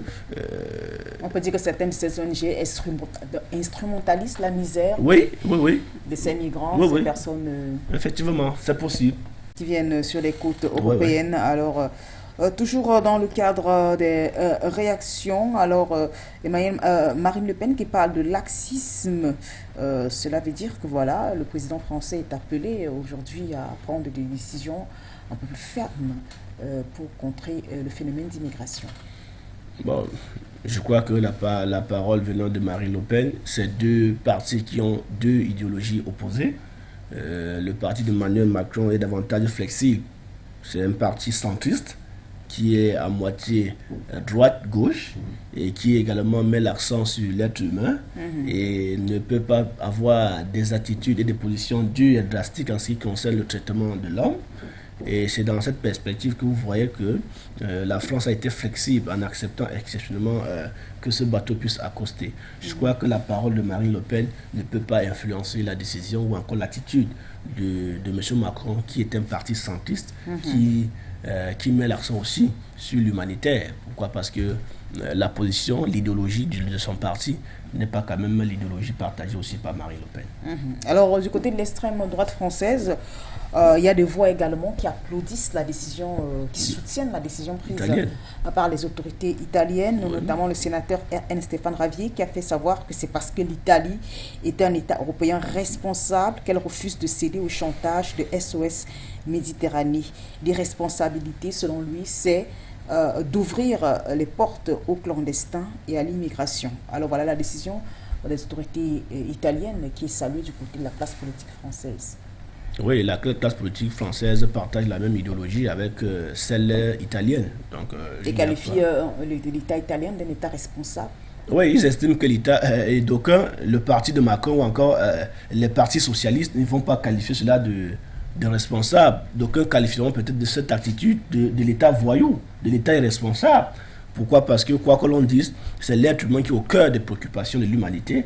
À partir du moment où certaines personnes sont en détresse, sont en danger, et que vous jouez à l'indifférence, cela n'est plus de la responsabilité. Cela va même au-delà de l'irresponsabilité, mais c'est irrationnel de partager de rester indifférent face à la peine des personnes que vous savez personnellement qui sont en danger, mais étant conscient du danger que ces personnes courent, vous restez carrément indifférent en estimant que on vous qualifiera de pays responsable. Pour ma part, ce n'est pas de la responsabilité, c'est plutôt de l'irrationalité. L'irrationalité de la part de la part non seulement de l'Italie, mais aussi des personnes, ou encore des pays, ou encore des partisans de l'extrême droite française qui encouragent ces décisions en qualifiant l'Italie de pays responsable. Et le fait d'ouvrir quand même les portes aux clandestins de l'immigration, est-ce qu'effectivement, comme disent ces députés, c'est pas aussi une manière finalement d'encourager, puisque les migrants qui restent dans ces pays en guerre, une fois que l'information sera répandue que les 230 migrants du bateau Ocean Vikings ont été accueillis et répartis dans différents pays européens, est-ce que cela n'encourage pas aussi ces personnes-là à quitter leur pays pour voilà, s'aventurer dans les eaux de la Méditerranée? Quel message aujourd'hui? Est-ce qu'il ne faut pas aussi, est-ce que durcir les règles d'immigration du côté de l'Europe ne contribuerait-il pas aussi à dissuader les migrants dans leur pays de départ? Le problème se situe au niveau du durcissement de ces règles-là. À partir du moment où vous multipliez la dimension coercitive au niveau des conséquences, ça ne va pas décourager. Puisque, in fine, il y a toujours un pays qui va se proposer de vous accueillir exceptionnellement. Donc, je crois que je ne vais plus me répéter là-dessus. La question est claire. Pour pouvoir résoudre le problème de l'immigration clandestine, il faut l'attaquer en amont. Proposer des lois qui visent à ce que, il faut d'abord, parce que pour expulser, il faudrait d'abord que ces migrants foulent le territoire. Pour demander qu'ils payent l'amende, il va falloir qu'on puisse les identifier dans ces territoires-là. Donc, vous vous attardez à résoudre les conséquences en laissant les causes générées. Je crois que la solution est très simple, à moins qu'ils savent où se trouve la solution, mais ils essayent de faire semblant de résoudre et de mettre fin à cela. Et autre solution, si par exemple on demandait que ce bateau-là qui fait il y a 3 semaines devait prendre le billet retour pour aller à côté là où il est quitté pour venir avec les migrants, je crois que ça devait aussi décourager. Ça devait être aussi un message fort que mais, cette fois-ci, tous les pays européens n'ont pas cédé à la pression. Mais qu'est-ce qu'il fallait faire? Ils vont rester là éternellement? Forcément, ils doivent retourner au lieu de départ. Alors, je crois que ce retour-là pourrait décourager davantage ceux-là qui nourrissent l'ambition encore d'aller en Europe. Alors, du côté toujours de la gauche française, de la droite française, voilà, on a l'ex-candidat à la présidentielle, président de Reconquête, Éric Zemmour, qui a estimé que le ministre français de l'Intérieur a envoyé un terrible signal aux passeurs. Voilà, en acceptant que ce navire puisse accoster en France, il leur dit « Vous pouvez venir, toujours plus nombreux, nos portes sont ouvertes ». Selon Éric Zemmour, c'est irresponsable, immoral, contraire à la volonté populaire et même à l'humanisme qui devrait dissuader à tout prix ces traversées. Elle a là une position plutôt... C'est la position d'un acteur politique, de la droite aussi. Éric Zemmour, on connaît sa position. Oui, en ce qui concerne les questions d'immigration clandestine, il a été très hostile lors de la campagne présidentielle. Je crois que cette déclaration ne me surprend pas, il ne surprend pas beaucoup de monde. Je crois que c'est dans cette perspective-là, si M. Éric Zemmour, soit Marine Le Pen arrivait au pouvoir en France, on devait constater notamment le durcissement des mesures contre les migrants. Mais malheureusement pour eux, ils n'ont pas la charge de l'État, ils ne peuvent que faire des déclarations qui en réalité ne peuvent même pas engager la responsabilité de ceux qui sont censés diriger la France. Mais leur avis, effectivement, est que la France n'ouvre plus ses portes et qu'elle renvoie, pourquoi pas, ces bateaux à leur pays d'origine. Ils ne peuvent qu'avoir une position de déclaration, d'émettre des avis, mais ils n'ont pas le pouvoir décisionnel. parce qu'ils n'ont pas le pouvoir décisionnel, leurs propos n'engagent qu'eux-mêmes. La preuve. Mais au vu des solutions, effectivement, puisqu'on est également là pour parler de la question de l'immigration, puisque parmi ces migrants, il y en a qui viennent beaucoup, qui viennent des côtes africaines, est-ce qu'effectivement ces solutions-là ou encore ces prises de position ne peuvent pas aussi être une sorte de manière de lutter? C'est vrai que vous disiez dès l'entame de vos propos que vous souhaitez plutôt que la France ou encore les politiques français s'intéressent même aux causes, voilà, du départ massif de ces personnes qui sont prêtes à tout laisser dans leur pays d'origine pour aller vers l'inconnu, bravant souvent désert Méditerranée et autres. Alors, pour ce qui est des solutions, puisqu'on reste toujours dans le cadre des solutions, est-ce qu'effectivement accueillir, ce n'est pas aussi encourager le travail des passeurs, car dans ce business, il y a les passeurs, ces personnes qui prennent de l'argent à ces migrants et qui favorisent ces traversées. Oui. Je crois que c'est voilà le nœud du problème. Voilà le nœud du problème. Je dis c'est tout un business qui se passe autour. C'est tout un business où les gens tirent le marron du feu. Est-ce qu'il ne faut pas aussi tuer ce business-là? Ça sera difficile de tuer à partir du moment où l'Afrique va continuer à sombrer dans les instabilités, dans la misère. À partir du moment où les pays africains sont dans l'incapacité de proposer une politique publique susceptible d'améliorer les conditions de vie de ses citoyens, quoi que l'on dise, même si ça peut diminuer, ça ne peut jamais s'arrêter. Pourquoi? Parce que la question de l'immigration n'est pas née aujourd'hui. Peut-être elle gagne de proportion aujourd'hui, mais c'est un vieux fléau qui date de plus longtemps. On parlait à l'époque de la fuite des cerveaux. C'était de façon officielle, mais aujourd'hui, même de manière officieuse, les cerveaux quittent leur pays d'origine pour aller chercher mieux ailleurs. Je crois que tout repose au niveau du bien-être des populations. À partir du moment où les pays africains auront les marges de manœuvre nécessaires à l'effet de proposer des politiques publiques de développement, tant dans plusieurs secteurs, le secteur industriel, le secteur agricole, vous verrez que cela va donc générer des emplois.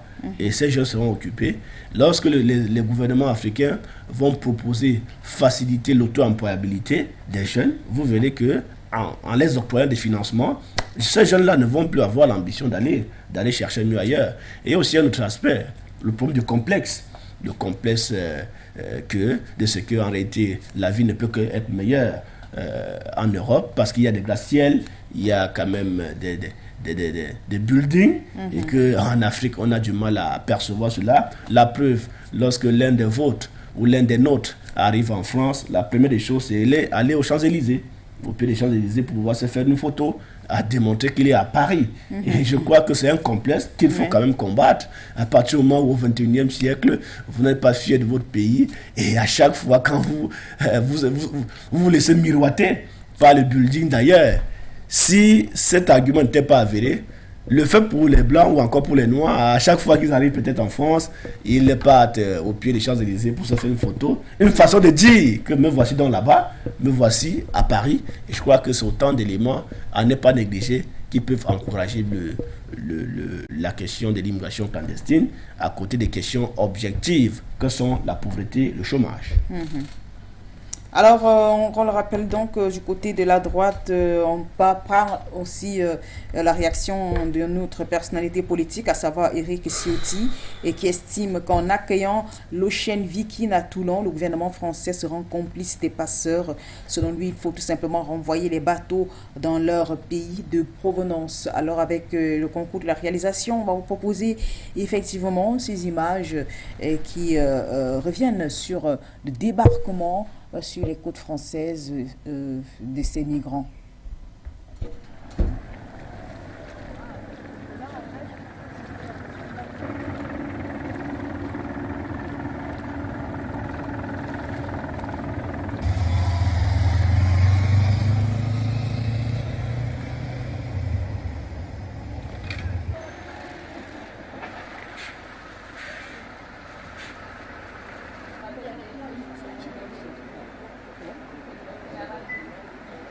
C'est celui-là, 78. Hop, ça, c'est votre papier.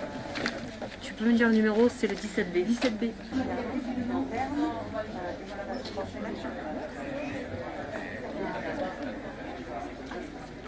Il s'agit d'une zone d'attente, c'est-à-dire un lieu qui a été choisi pour rassembler ces personnes qui n'ont pas encore, qui n'ont pas de droit d'accès sur le territoire national compte tenu des conditions dans lesquelles ils sont entrés. Donc ils sont regroupés ici. Ils ont pour l'instant tous demandé à faire valoir une demande d'asile et donc ils feront l'objet d'entretiens avec d'abord des entretiens sécuritaires pour s'assurer qu'ils ne présentent pas de risque sécuritaire et des entretiens avec l'OFPRA pour savoir si leur demande d'asile est manifestement infondée ou si elle ne l'est pas.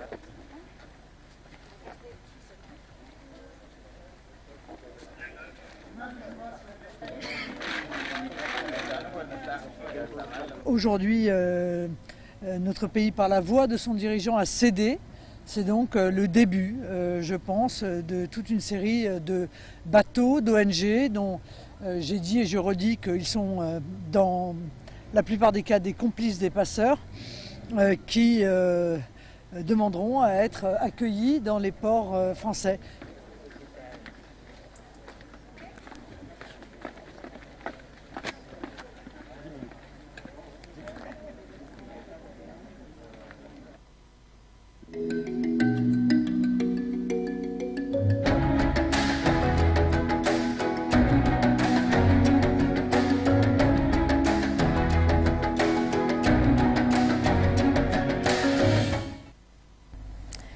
Voilà, donc merci à la réalisation qui nous a permis, donc vous avez suivi avec nous ces images Abdoundam du débarquement de ces centaines de migrants sur les côtes françaises. Nous, on s'intéresse donc sur ce plateau à ce qu'on peut tirer de cette information. On est revenu sur la réaction du côté de la droite, mais aussi de la gauche.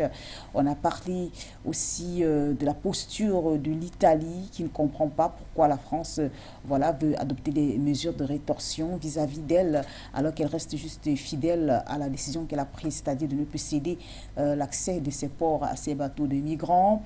Or, vous, dans votre prise de parole, vous êtes revenu aussi sur les causes même, les causes de ces immigration clandestine aujourd'hui que connaît l'Europe, qui se sent débordée par l'arrivée massive de personnes fuyant les guerres, que ce soit en Afrique ou dans les pays arabes, musulmans. Alors aujourd'hui, quelle solution en tant qu'Africains aussi, puisque les Africains sont concernés, quelle solution du côté de l'Afrique doit-on prendre pour mettre fin à ces arrivées massives du côté de l'Europe? Ou tout simplement, selon vous, l'Afrique n'a pas de responsabilité? La responsabilité est partagée. La solution qu'on pourrait attribuer ou encore proposer aux pays africains, elle est simple. C'est commencer d'abord par développer nos campagnes. Développer nos campagnes parce que tout commence par l'exode rural.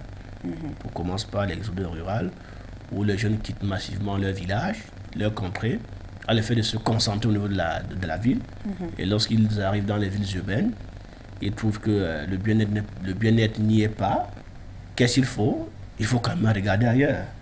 Et regarder ailleurs, c'est notamment l'immigration à l'étranger qui se propose.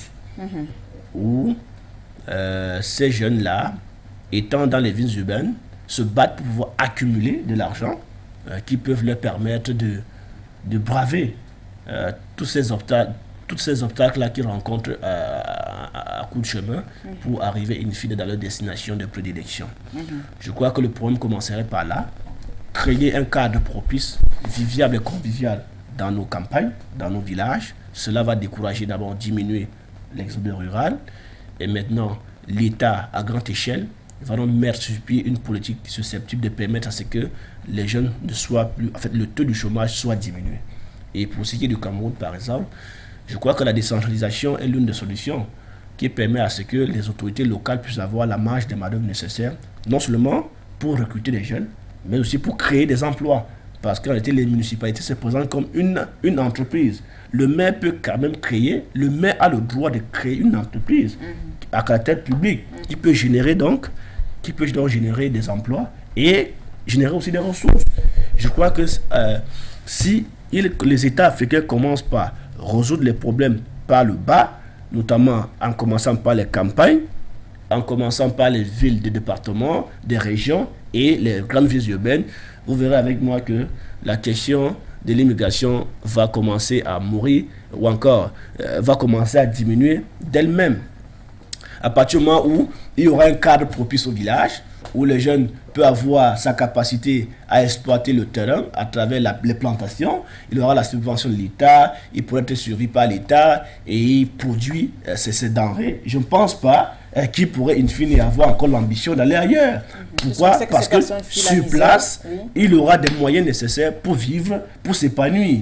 Et à côté de cela, il faut aussi créer un environnement convivial, c'est-à-dire les parcs d'attractions et créer certaines commodités au village qui peuvent permettre à ce que les jeunes ne puissent plus être oisifs et de s'enlacer dans les villages. Parce que les vrais problèmes qui se posent au village, c'est qu'il y a un problème de divertissement, problème d'électricité et certaines commodités où en réalité certains jeunes se sentent abandonnés par eux-mêmes et nourrissent l'ambition de quitter leur village pour la ville. Et quand ils arrivent pour la ville, les conditions de vie ne sont pas aussi favorables que ça. Ils doivent continuer. Donc je crois que la solution, elle n'est pas magique. La solution est très simple et basique.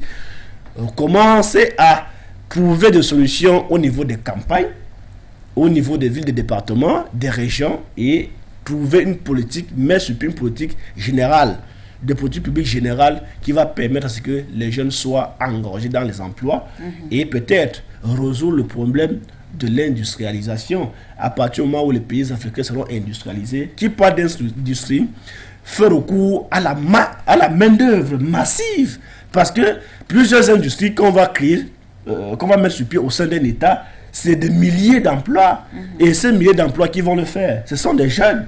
À partir du moment où il va travailler, il aura son salaire, je crois qu'il va s'épanouir et il n'aura plus le rêve d'aller ailleurs. Je crois que la solution, elle n'est pas magique. La solution, elle est très simple. C'est peut-être parce que les États africains, ils ont beaucoup de problèmes à gérer.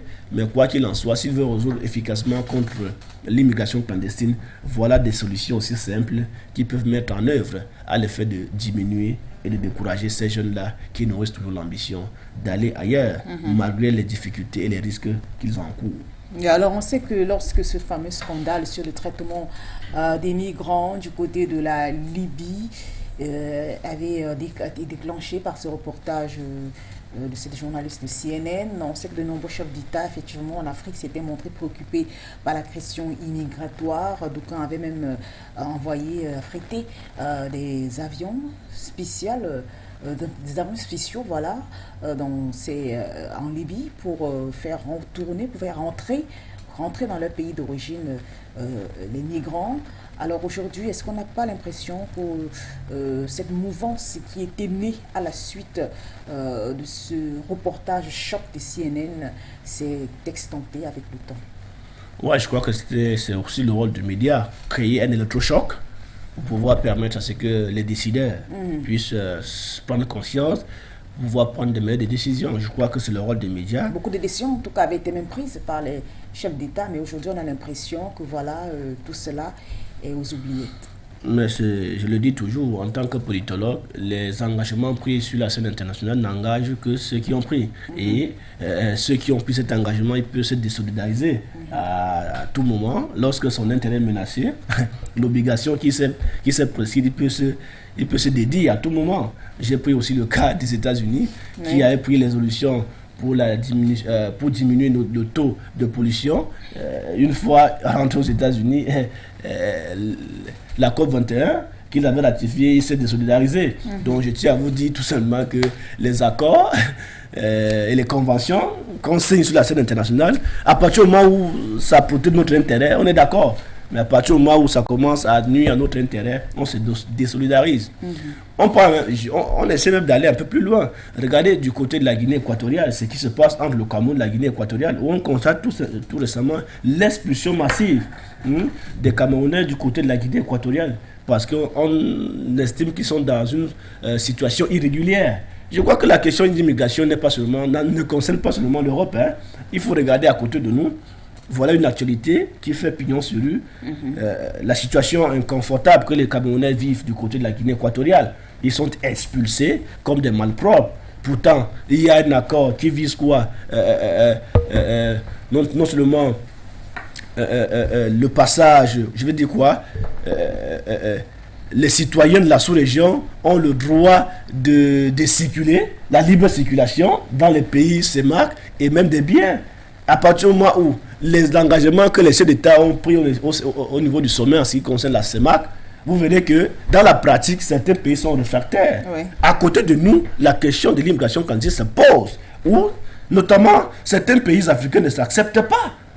Il est incongru que la Guinée équatoriale, à chaque fois, lors de ses humeurs, à chaque fois son humeur ne dérange pas, il essaie d'expulser les Camerounais comme si c'était des malpropres. Donc, si les Africains font cela entre eux, comment vous allez reprocher l'Italie qui durcit les mesures? Comment vous allez critiquer Marine Le Pen qui est qui est contre des personnes, notamment les Africains qui font le truc? Donc je crois que ce sont des exemples patents qu'il faut quand même condamner à l'échelle locale, à l'échelle africaine.